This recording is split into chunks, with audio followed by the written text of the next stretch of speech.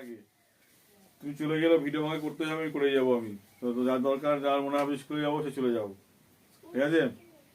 সুতরাং past continuous টেন্সের voice change যদি গঠন দেখি, আগে হবে বাক্যে কোনো অবজেক্ট, প্রোনাউন পরিবর্তন, ওয়াজ ওয়ার লিখবো, সঙ্গে এটা কি এসছে, এখানে একটা বিং এসছে। কন্টিনিউয়াসে থাকলে কন্টিনিউয়াস টেন্স মানে কি, আইনি থাকে, আইনি পরিবর্তে কে আসে, এখানে বিং আসে। আর এখানে বাকি তারপরে সেই তারপরে ভি3 বসলো, ভি3 পরে বাকি অংশ লিখবো আমরা যা আছে। তারপরে প্রিপোজিশন, প্রিপোজিশনের মধ্যে কে আসতে পারে, বাই, উইথ, টু। তারপরে কে আসতে পারে, তারপরে বাকির কর্তা, বাকি বসে গেল। এবার আমরা যদি দেখি দুরকম, দেখো হি ওয়াজ কলিং মি, আবার দে ওয়ার প্লেইং ক্রিকেট,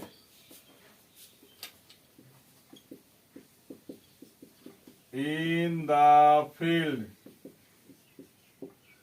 তাহলে এখানে দেখি ভালো করে কি করবো, এখানে দেখবো এটা 1 2 3 4 নাম্বার না করলে ভুলে যাবে। 1 2 3 4 এইখানে এখানে মনে রাখতে উদ্দেশ্যমা কতটা পর্যন্ত, এখানে 4 আসবে। কত আসবে, এখানে 4 আসবে, কিন্তু এখানে নাম্বার সংখ্যা হতে হবে কটা, 4। কিন্তু বাকি যেটা আছে এটা কি পড়ে থাকলো, এটা এক্সট্রা, তাই না? এটা অতিরিক্ত হলো, এক্সট্রা। তারপরে তোমার কি করতে হবে, মনে রাখতে হবে 4 আগে কত লিখতে হবে, আগে 4, তারপরে কি আসবে, ওয়াজ ওয়ার, তারপরে কি আসবে, বলো বলো বলো বলো, বিং, তারপরে কি আসবে, ভি3, ভি3 লিখতে হবে। আর এখানে লিখে দেবে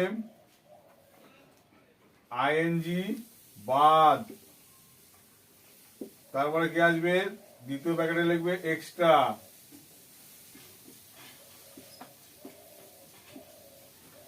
আইএনজি বাদ চলে যায়, এক্সট্রা তারপরে বসে, তারপরে প্রিপোজিশন, তারপরে প্রিপোজিশন,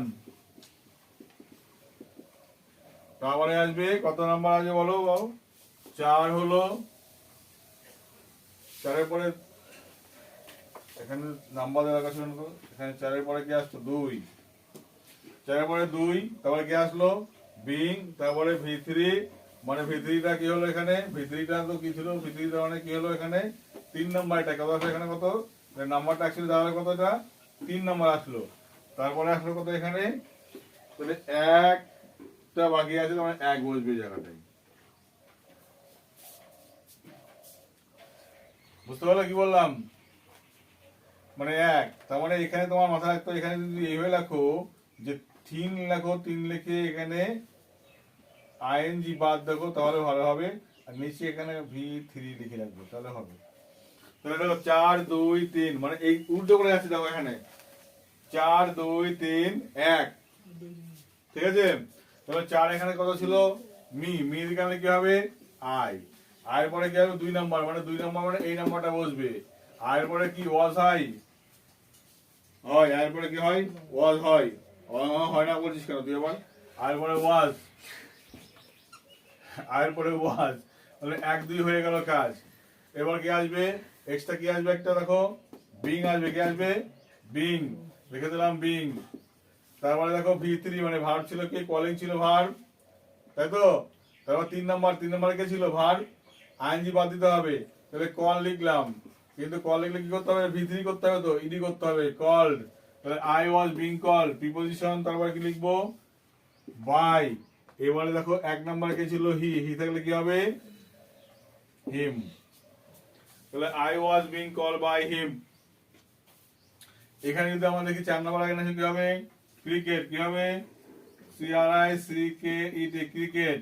ক্রিকেট কটা হচ্ছে এখানে, ক্রিকেট কটা, একটা, তাহলে ক্রিকেট ওয়াজ। তাহলে 1 2 হয়ে গেল। এবার লিখে আসো বিং, নিয়ে আসো বিং। এবার বিং আনার পরে কি করতে হয়, প্লে, আইএনজি বাদ, তাহলে প্লে হলো, প্লে লেখার পরে ভি3 করলে কি হবে, প্লেড। এবার এক্সট্রা কি ছিল, এবার হচ্ছে এক্সট্রা, এখানে বসিয়ে দিতে হবে, কি করতে হবে, in the field, in the field. তারপর প্রিপোজিশন কি হবে, বাই, কথা কে ছিল, দে থাকলে কি হবে, হয়ে গেল। এবার দেখো, এবার বললো এখান থেকে এখানে ফিরতে হবে, এখান থেকে এখানে ফিরতে হবে। তার মানে আমরা কি করব, যে নাম্বারগুলো আমরা এখানে দেখো, যে নাম্বার এইভাবে নাম্বারিং করলে পরীক্ষা হলে প্রশ্ন পাওয়ার সঙ্গে নিচে নাম্বারিং করে নিতে হবে, ঠিক আছে? কি বললাম, নাম্বারিং করে নিলে অসুবিধা হবে না। তার মানে এখানে পরপর সাজিয়ে দাও, আগে 1, পরে 2, তারপরে 3, তারপরে 4 বসিয়ে দাও, হয়ে গেল। তাহলে 1 2 3 4 পরে বসিয়ে দাও। 1 কে ছিল, 1 ছিল দেম, 1 কে ছিল বলো, 1 ছিল, এখানে ছিল, কি করেছিলাম, দেম হয়েছিল 1 নম্বরে। তাই এদিকে আনলে কি হয়ে যাবে, দে হয়ে গেল, দে। তারপরে 2 এ কি ছিল, ওয়াজ, তাই না? 2 কে ছিল ওয়াজ, ছিল এখানে ওয়াজ ছিল, তো দে পরে তো ওয়াজ হয় না, দেয়ার হয়, দে ওয়ার হলো।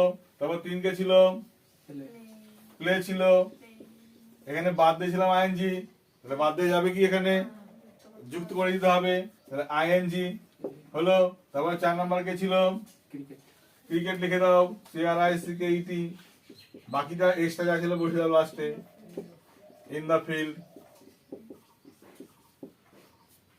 মানে নাম্বারিং করলে উল্টো দিকে ফিরে আসলে, সোজাভাবে ফিরে গেলে আমাদের কি হয়ে গেল, ভয়েস অ্যাক্টিভ তো প্যাসিভ থেকে অ্যাক্টিভ ফিরে আসলাম আমরা কিন্তু।